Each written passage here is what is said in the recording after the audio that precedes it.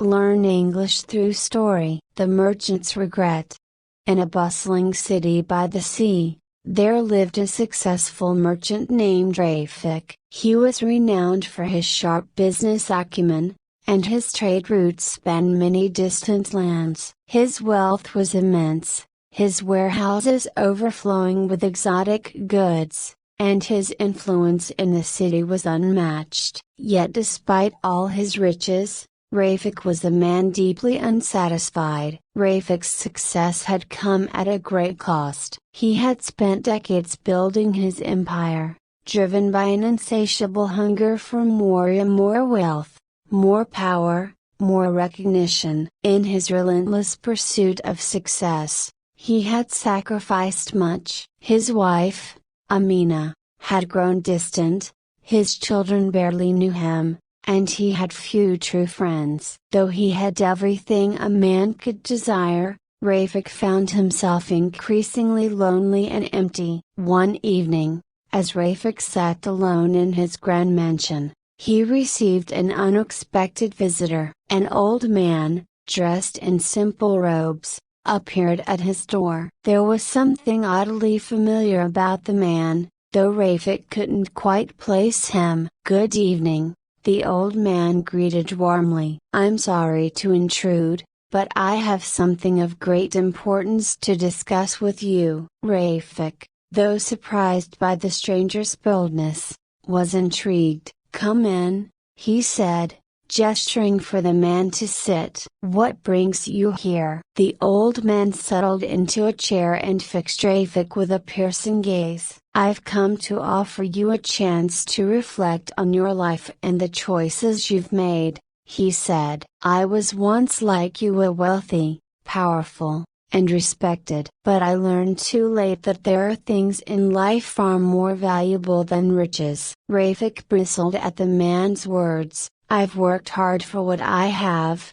he replied defensively. "Everything I own, I've earned through years of effort and sacrifice. Why should I regret my success?" The old man smiled sadly. "Success, yes, but at what cost? Tell me, Rafik, when was the last time you truly enjoyed a meal with your family, or shared a laugh with a friend? When was the last time you felt at peace, content with what you have?" Rafik hesitated, caught off guard by the questions. It had been so long since he had even considered such things. His life had become a series of transactions, each day a race to accumulate more. He could not remember the last time he had sat down with Amina without discussing business, or played with his children without feeling distracted by thoughts of his next deal.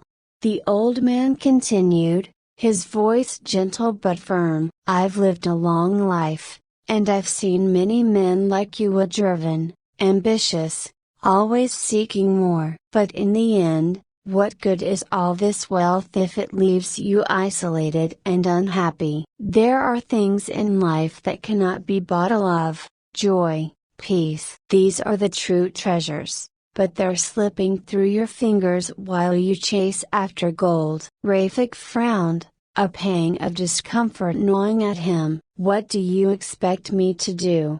he asked, more defensively than he intended. "Abandon everything I've built? Throw away my success?" "Not at all," the old man replied. "But I urge you to consider what you're sacrificing in pursuit of that success. It's not too late to change, to rediscover what truly matters. Wealth is not evil, but when it becomes the sole focus of your life, it blinds you to the things that bring genuine fulfillment." Rafik sat in silence, the old man's words echoing in his mind. For the first time in years, he allowed himself to think about the things he had lost along the way. He remembered the early days of his marriage, when he and Amina had been inseparable, dreaming of a future filled with love and happiness. He thought of his children, who had grown up without him, raised by servants while he was away on business.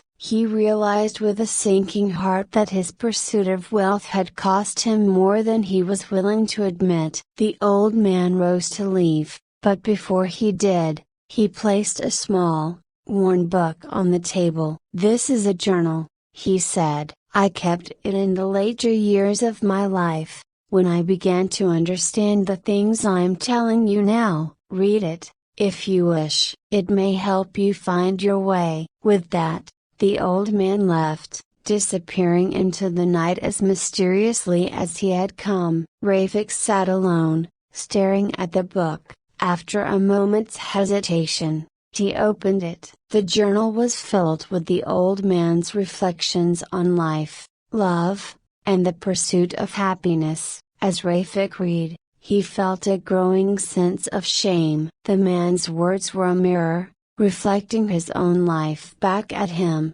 and the image was not a pleasant one. The journal spoke of the joy found in simple pleasures: a walk with a loved one, a shared meal, the laughter of children. These were things Rafik had once known but had long since forgotten. By the time he finished reading, the sun was beginning to rise. Rafik sat back, exhausted but resolute. He realized that he had been living his life in a way that brought him no true happiness. It was not too late to change, to reclaim the things that mattered most. That morning, Rafik made a decision. He would not abandon his business, but he would no longer allow it to consume him. He would spend more time with his family, rekindle his relationship with Amina, and get to know his children as they were, not as they might be in the future. He would reconnect with old friends and find joy in the simple, everyday moments he had long ignored. The changes were not easy, and there were many moments of doubt and struggle, but as time passed, Rafik began to feel a peace he had never known before. His relationship with Amina grew stronger, and his children started to seek him out, eager to share their lives with him. He discovered that his wealth, while still important, was not the source of his happiness. It was in the love and connection he found with others that he finally found true fulfillment. The old man never returned, but Rafik kept the journal close, a constant reminder of the lessons he had learned. He became known not just as a wealthy merchant, but as a man who understood the true value of life, a man who had found joy not in the accumulation of riches, but in the richness of his relationships and the peace of his soul. The moral of the story is that true success is not measured by wealth or power, but by the quality of our relationships and the peace we find within ourselves. In the pursuit of material gain, it is easy to lose sight of the things that bring genuine happiness. But it is never too late to change, to seek out what truly matters, and to live a life of meaning and fulfillment. I hope you enjoyed the story. If you enjoyed, then please like and share this video, and don't forget to subscribe our YouTube channel. Thank you for watching.